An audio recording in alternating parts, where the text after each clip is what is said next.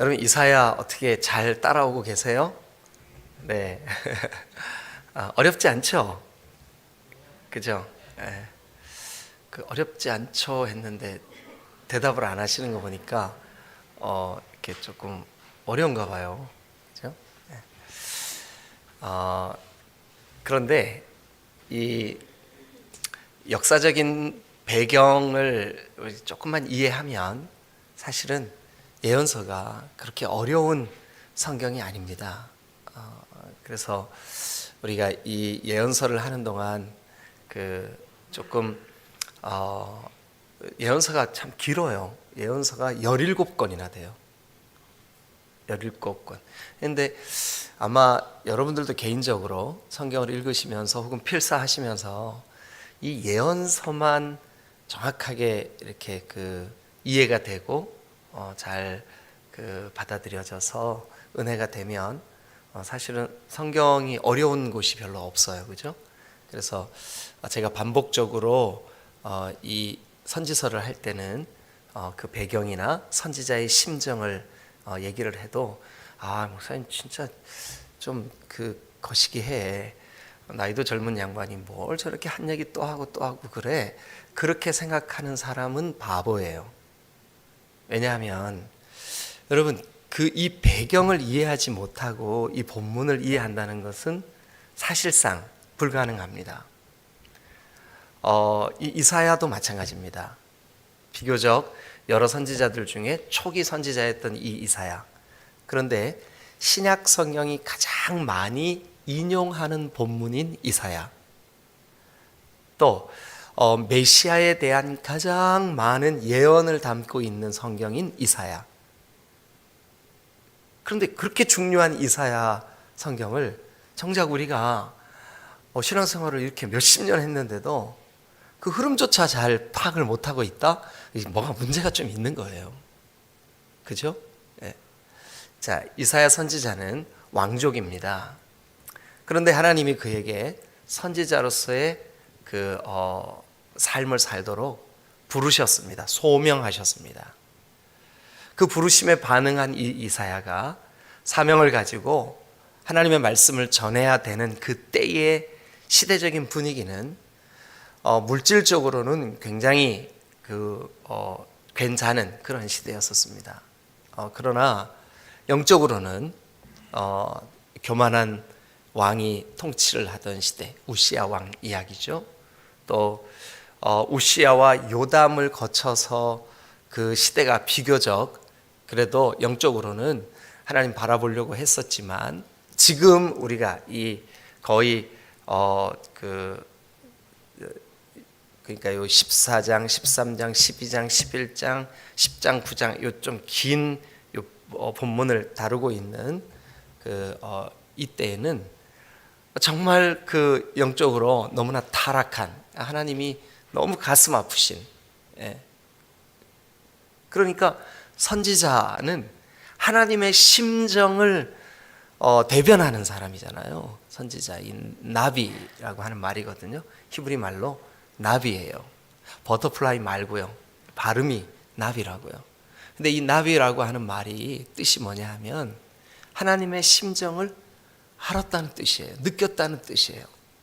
그래서 그 가슴 아픈 마음으로 이 시대가 이렇게 어두운데 백성들이, 왕이, 정치가들이 하나님을 이렇게 대적해서 해야 되겠냐 하면서 그 아픈 하나님의 심정을 가지고 심판을 선언해요.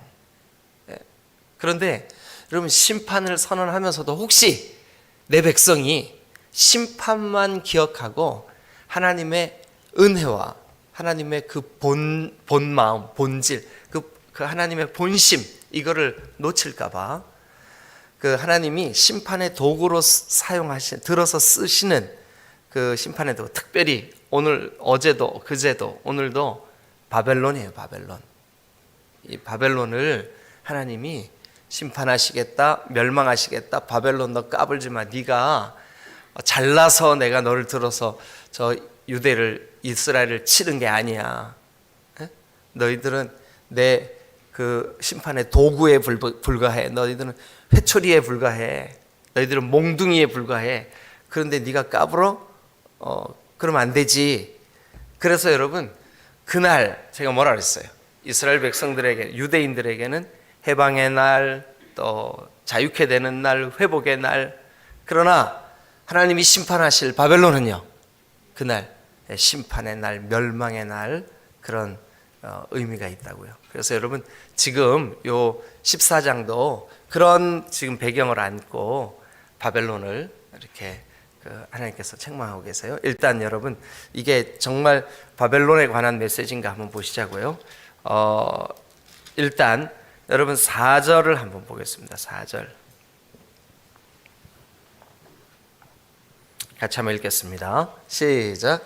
너는 바벨론 왕에 대하여 이 노래를 지어 이르기를. 잠깐만요. 압주하던 너는 누구에 대하여? 바벨론 왕. 왕에 대해. 그러니까 이 본문은 누구에 대하여 지은 노래일까요? 누구에 대하여 지은 시일까요? 누구에 대해서 선포하는 메시지일까요?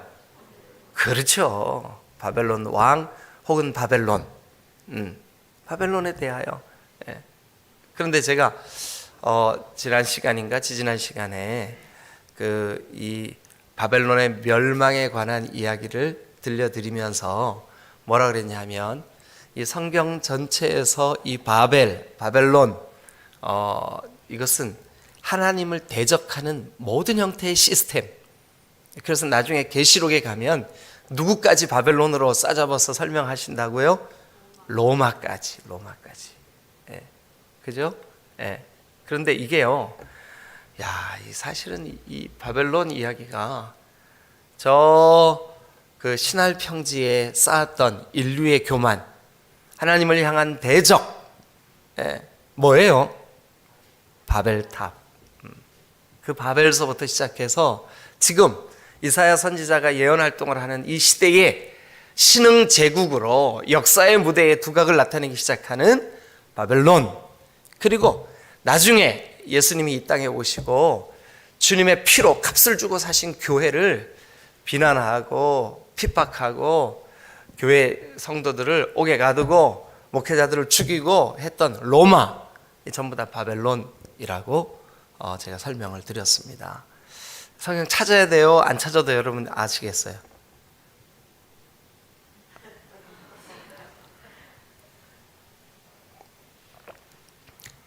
성경에 다 나옵니다. 자, 그러면 오늘 이사야 14장 같이 한번 보죠.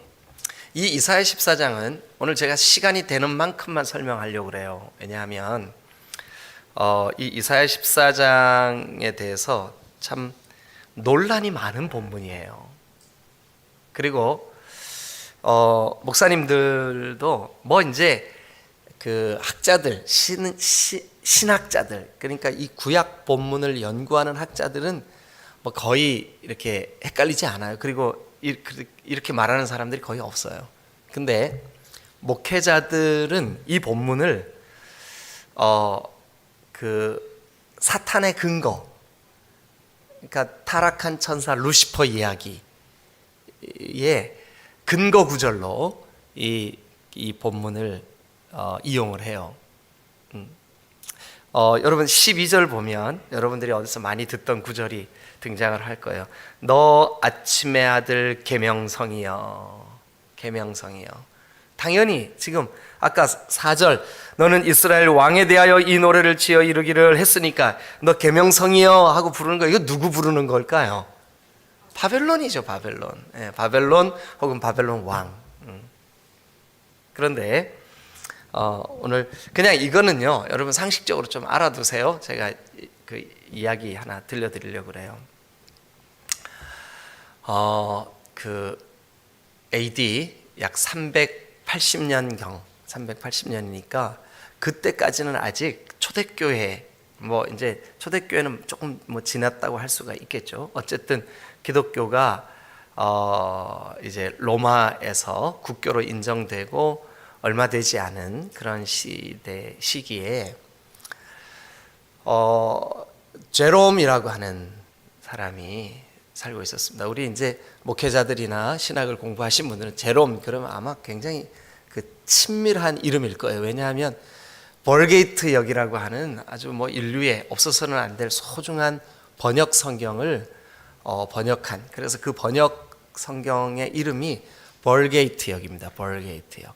벌게이트역은 신학자들이 신학을 공부하거나 이렇게 할 때 많이 인용되는 그런 중요한 번역본이기 때문에 제롬과 벌게이트역, 이거는 그 신학을 공부하신 분들은 모르는 사람이 거의 없어요. 그런데 이 제롬이라는 사람이 사실은 자기의 가장 가깝고 친한 친구가 18년 동안 로마의 교황이 됩니다. 교황. 그러니까 지금은 이제 우리가 캐톨릭과 완전히 이제 신학적인 노선 자체가 다르잖아요, 그죠? 예, 그래서 뭐 캐톨릭은 행위 구원, 또 우리가 믿는 진정한 복음은 믿음에 의한 구원. 이게 아주 좁혀지지 않는 이런 간격이 돼버렸잖아요. 그런데 이때 제롬이 살았던 그 시대에는 사실 온 지구상에는 교회 그러면 지금 우리가 이해하는 이 캐톨릭, 그러니까 그 공교회 이거밖에 존재하지 않을 때였었으니까.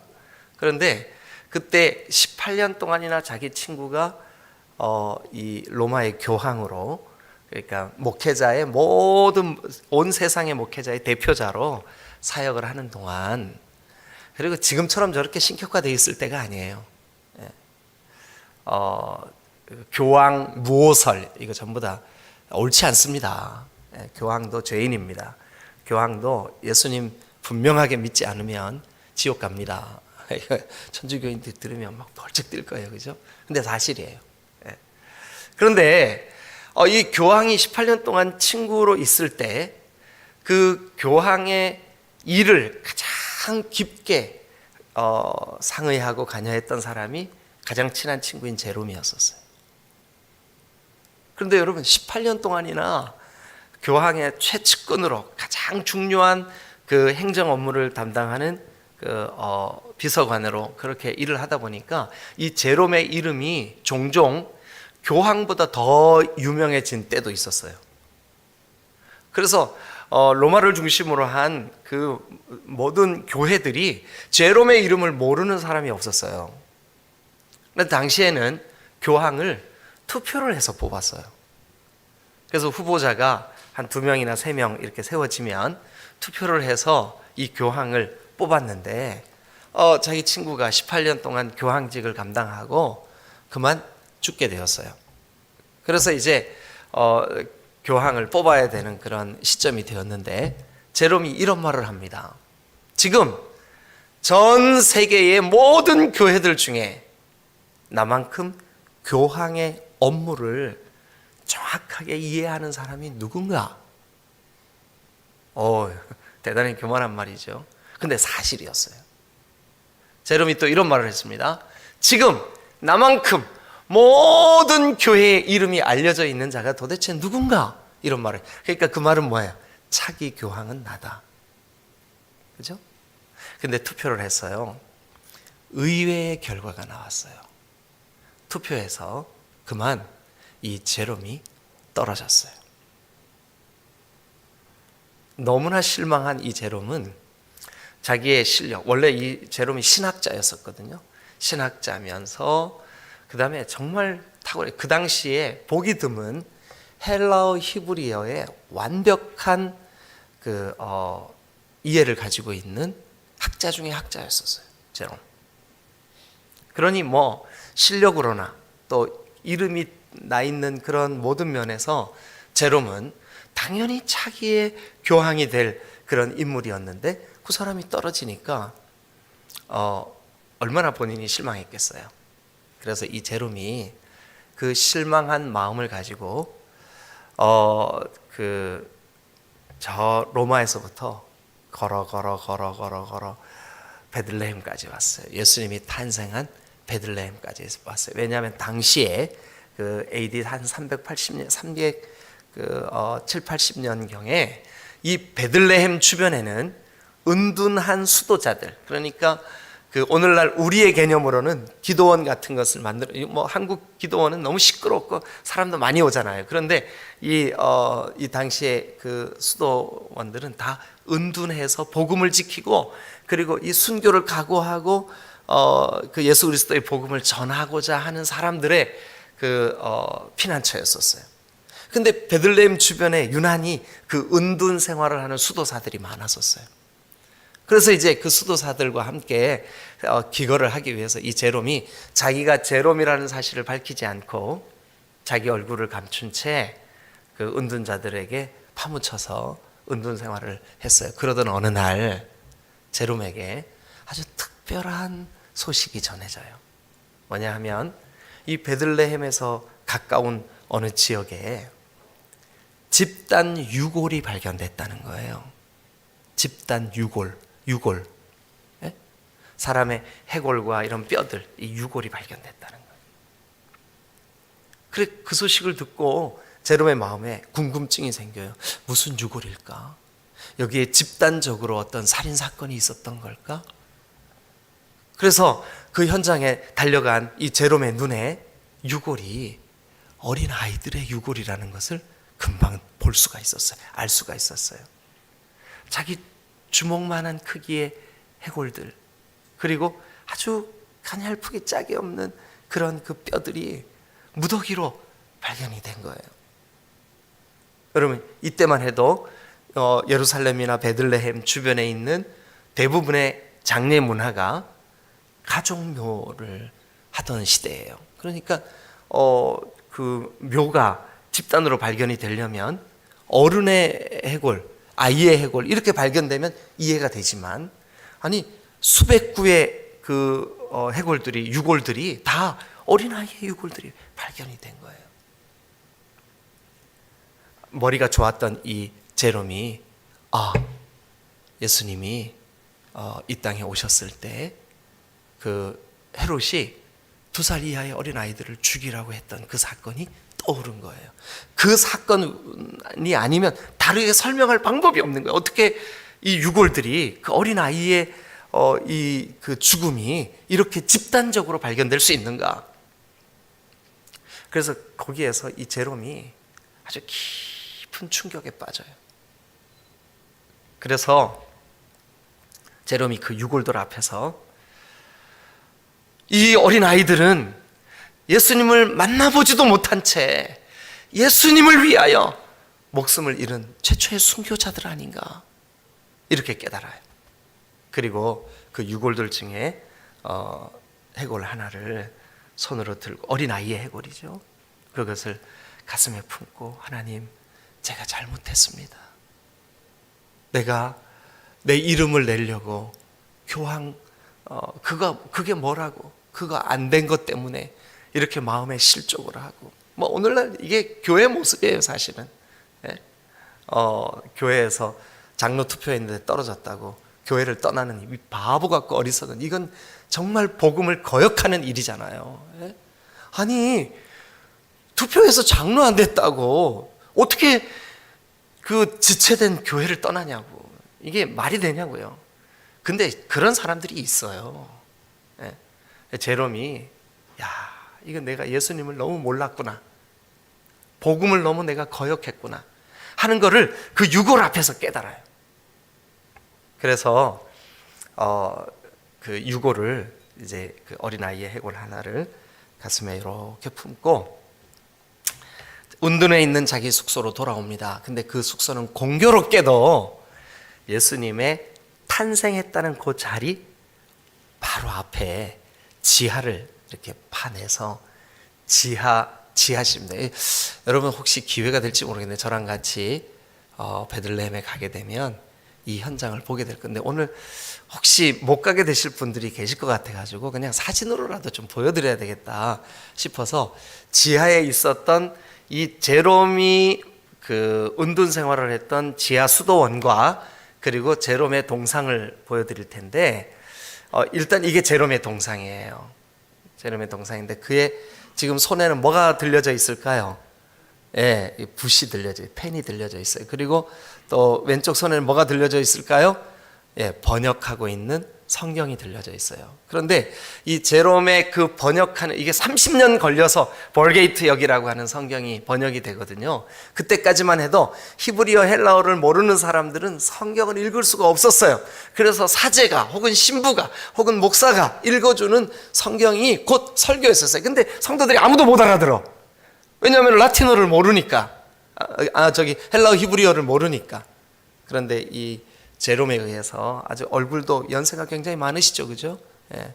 그런데 이 제롬이 30년 동안 자 여기에서예요. 지하 수도원에서 이제 지금 여러분 사진으로 어떻게 보이실지 모르겠지만 이게 제롬이 앉아서 성경을 번역했던 테이블이고요. 그리고 그 위에가 바위예요, 바위. 지하. 지금도 여기 베들레헴 예수 탄생 교회에 가면 예수님 탄생했던 그 말구유였다고 전해지는 거기에 예수 탄생의 흔적이 있고 거기에서 지하로 이렇게 내려오면 여기가 지하예요. 그런데 여기가 평수가 어느 정도 될까요? 우리 아마 우리 교회 어느 공간쯤 될까? 아주 작아요. 한 20-30명 앉으면 꽉 차는 작은 그런 지하인데 여기에서 30년 동안 제롬이 은둔 생활을 하면서 성경을 번역합니다. 근데 그 번역의 이름이 벌게이트예요. 벌게이트. 그리고 저 테이블 위에 번역하는 저 테이블 위에 자기가 그 해골 중에 하나를 가지고 온 어린 아이의 해골 요만한 거를 거기 책상 위에 늘 올려놓고 자기 마음이 복음에 합당하지 못할 때마다 그 유골을 쳐다보면서 하나님, 이 유골의 주인공은 예수님을 만나지도 못한 어린 아이였었고 말도 못하는 어린 아이였었는데 예수님을 위하여 죽었습니다. 그런데 나는 내 이름이 드러나지 않는 것 때문에 서운해하고 내가 교황되지 않은 것 때문에 그 상처에 사로잡혀가지고 여기까지 은둔하는 그런 삶을 삽니다. 내가 나를 쳐서 복종시키게 해주세요. 30년 동안 자기 이름을 밝히지 않고 자기에게 먹고 사는 문제에 연연해하지 않고 오직 성경 번역하는 일에만 창세기부터 계시록까지 전체를 다 번역을 했어요. 이 한 분이. 그래서 그 번역 성경을 벌게이트 역이라. 제가 왜 이렇게 장황하게 제롬 이야기를 들려드리냐 하면 여기 오늘 14장 12절에 너 아침의 아들 계명성이여, 계명성 동그라미. 근데 이 제롬이 번역을 할 때 라틴어로 루시퍼, 많이 들어보셨죠? 루시퍼. 이 루시퍼가 라틴어로 룩스라고 하는 말과 그리고 fear라고 하는 말이 그 합성어 합쳐져서 루시퍼가 됐어요. 근데 이 룩스가 여러분 우리 빛의 양을 뭐 면룩수 그러잖아요, 그죠? 이 룩스가 빛이라는 뜻이에요. 빛. 페로 혹은 fear라고 라틴어가 이게 뭐냐 하면 나타내다라는 뜻이에요.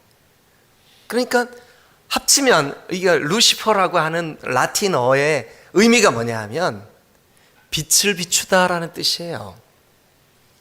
그래서 여러분 그 계명성, 우리 번역성의 계명성, 이게 사실은 새벽별이라는 말이에요. 새벽별. 그러니까 사실은 이 루시퍼는 제롬에 의한 벌게이트 번역 성경에 이걸 루시퍼라고 한 것은 사실은 라틴어에 대한 이해가 조금이라도 있는 사람들은 이게 타락한 천사의 이름이라기보다는 라틴어로 계명성이라는 뜻이에요. 그러니까 새벽별이라는 뜻이에요. 그런데 그 중세에, 그러니까 이 캐톨릭이 너무나 이렇게 타락해 있던 어떤 한 시대에 그 중세의 설교자들 중에 누군가가 이것을 이렇게 설명을 했어요. 루시퍼는 타락한 천사의 이름이다.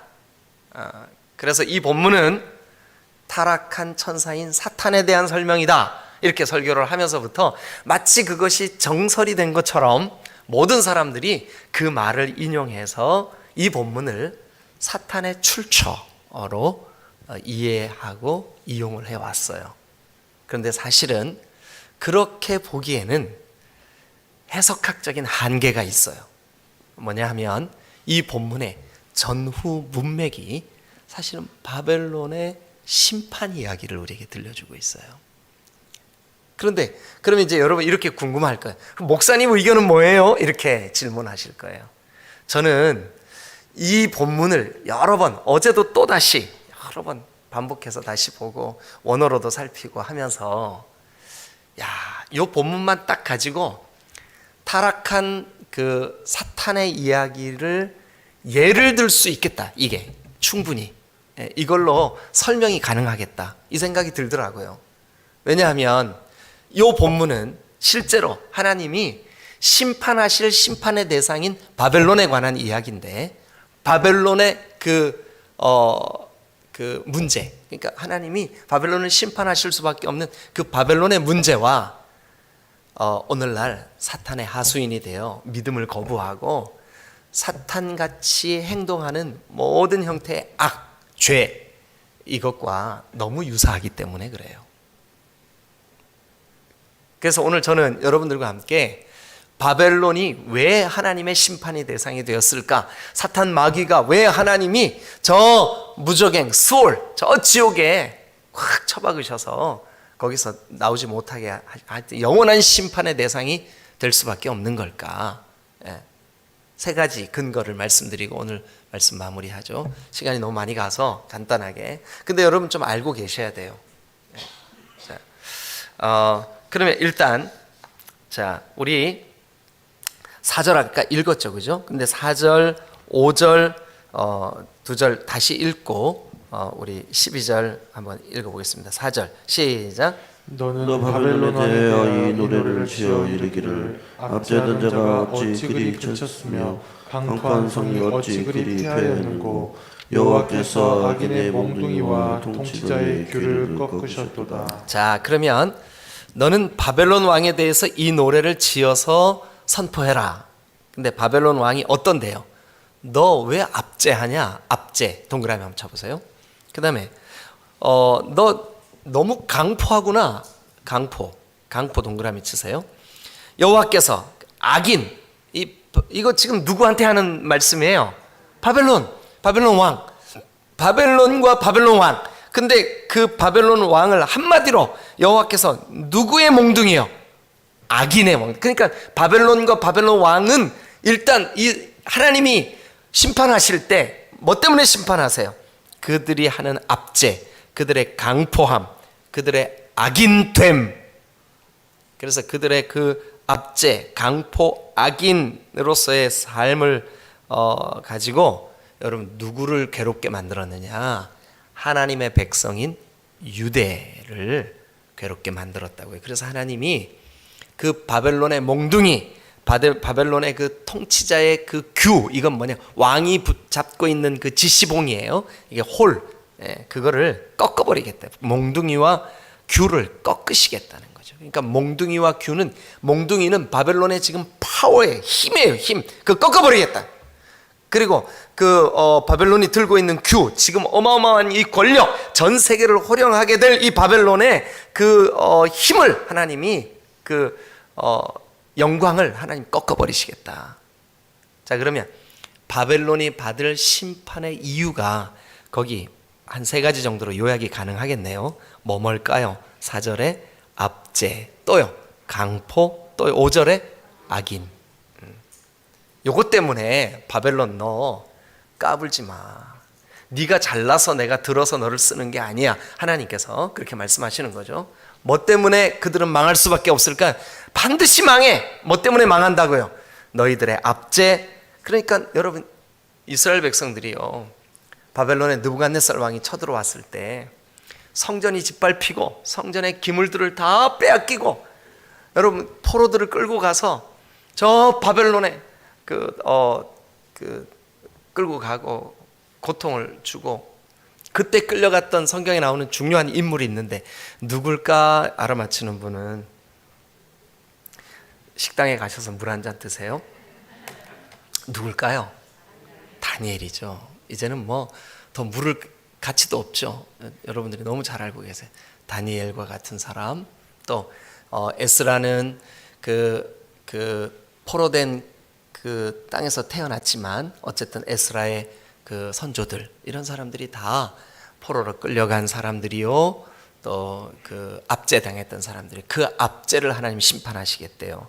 또 그들이 강포는 정말 그들의 그 싸나운 행동, 그들의 그 군사력과 힘으로 그들이 지배하고 있는 나라들을 괴롭게 만들었던 그들의 아주 강포함, 잔인함, 이걸 강포라 그래. 강포. 그 다음에 그들 바벨론을 악인이라고 규정하죠. 근데 그들의 그 몽둥이, 그들의 규 꺾어버리시겠다. 그러면 자, 이 사탄 혹은 타락한 천사로 설명되어지는 본문인 12절부터 이 구체적인 바벨론이 심판당하는 이유거든요. 그런데 몇 가지만 한번 좀 살펴보죠. 12절 시작. 너 아침의 아들 계명성이여 어찌 그리 하늘에서 떨어졌으며 너 열국을 엎은 자여 어찌 그리 땅에 찍혔는고. 자, 13절. 내가 내 마음에 이르기를 내가 하늘에 올라 하나님의 뭇별 위에 내 자리를 높이리라. 내가 북극 지폐의 산 위에 앉으리라. 14절. 가장 높은 구름에 올라가 지극히 높은 이와 같아지리라 하는도다. 예, 이사야가 시를 씁니다. 누구에 대해서요? 바벨론에 대해서, 바벨론 왕에 대해서. 그런데 바벨론이 지금 하나님이 너무너무 미워하시고 심판받아 마땅한 바벨론의 죄를 마치 시적인 표현으로 적나라하게 드러냅니다. 그런데 그 첫 번째 죄가 뭐냐? 가장 높은 구름에 올라가 지극히 높으신 이와 같아지리라. 마치 자기들이 온 세상을 심판하는 심판자처럼, 그러니까 하나님처럼 마음이 높아졌습니다. 우리가 바벨론이야. 그래서 제가 며칠 전에 바벨론 사람들이 만든 그 바벨론 도성 보여드렸었죠. 기억나시죠? 안 나시죠? 본 적 없죠? 그게 왜 양옆으로 물이 흐르고 세계 7대 불가사의 건축물 중에 하나, 하늘정원이라는 거, 공중정원이라는 거 보여드리면서 뭐라 그랬어요? 이 바벨론 사람들의 교만이 어느 정도냐 하면 우리가 세계에서 최강이야 라고 하는 마음이 있었다고요. 근데 여기 보니까 그들의 마음이 높아졌어요. 그래가지고 13절 보세요. 네가 바벨론 네 마음에 이르기를 뭐라 그러냐면 내가 바벨론이 하늘에 올라 하나님의 뭇별 위에 내 자리를 높이리라. 내가 북극 지폐의 산 위에 앉으리라. 가장 높으시다고 하시는 그 하나님과 내가 견주리라. 여러분, 이게 바벨론의 교만이에요. 교만. 잘 기억하세요. 여러분, 우리가 잠언, 전도, 그리고 여기까지 오는 동안 한두 번이 아니라 반복해서 교만은 패망의 길이다, 교만하면 망한다, 잠시라도 교만하지 말아라. 예? 사랑하는 여러분, 우리를 위한 그 자기 공로를 위해서 탑을 쌓. 이게 제롬도요. 내가 그래도 그 교황의 그 비서실장으로 18년 동안 내 이름이 이렇게 온 세상에 났는데 뭐야 내가 떨어져? 이것 때문에 좌절하고 낙심해서 베들레헴의 수도사가 된 거예요. 근데 복음 앞에 예수 그리스도를 위해 목숨까지 내놓아야 마땅하다는 그 복음, 아니 어린아이의 유골 앞에 자기를 딱 비춰보니까 이게 얼마나 큰 교만인지를 깨닫고 회개합니다. 우리가 신앙생활을 하면서 여러분, 제발 이 새벽에 나오신 여러분들과 영상으로 이 새벽에 참여하신 여러분, 정말 교만은 멸망의 앞잡이입니다.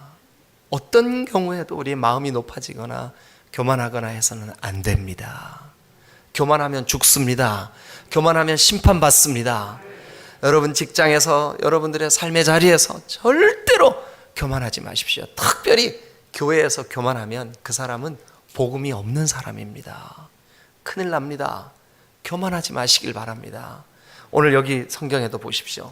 너 바벨론, 너 새벽 별처럼 그렇게 빛났던 너, 그런데 네가 가진 그 교만, 내가 높아지리라 라고 하는 그거, 여러분 사탄 마귀도 마찬가지입니다. 왜 사탄 마귀가 하나님의 심판의 대상이 될 수밖에 없었을까요? 간단합니다. 교만 때문입니다. 두 번째 이유. 자, 14절, 15절 시작. 가장 높은 구름에 올라가 지극히 높은 이와 같아지리라 하는도다. 그러나 이제 내가 수올 곧 구덩이 맨 밑에 떨어짐을 당하리로다. 너 저 수월, 지옥을 말해요. 그 수월의 구덩이 밑에 떨어짐을 당하리라. 그러면서 자 17절 보세요. 너 때문에 어떤 일이 있었냐면 시작. 세계를 황무하게 하며 성읍을 파괴하며 그에게 사로잡힌 자들을 집으로 놓아 보내지 아니하던 자가 아니냐 하리로다. 누가요? 바벨론이 너 세계를 황무하게 하고 성읍을 파괴하고 사로잡힌 자들을 돌려보내지 아니하고 그랬던 네가 아니냐? 이게 뭐냐면 강포예요. 강포.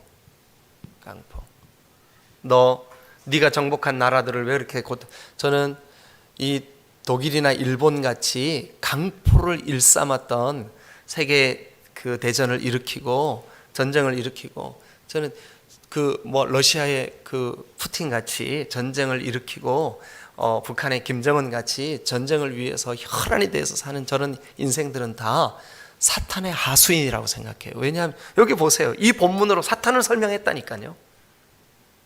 그런데 사탄의 특징과 바벨론의 특징이 너무 유사해요.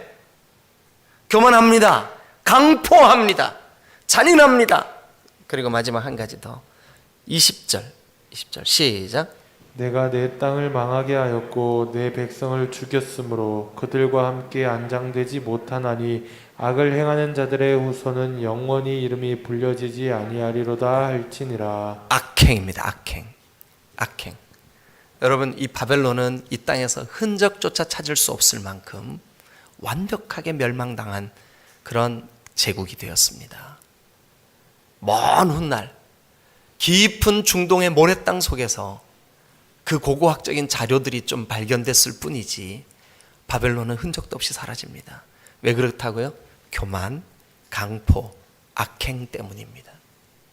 오늘 우리가 정말 21세기에 복음을 깨달은 우리로서 역시 내 생각이나 내 입술의 말이나 내 자세가 강포함이, 싸나움이, 완악함이 있다면 주님 나를 좀 부드럽게 하여 주옵소서.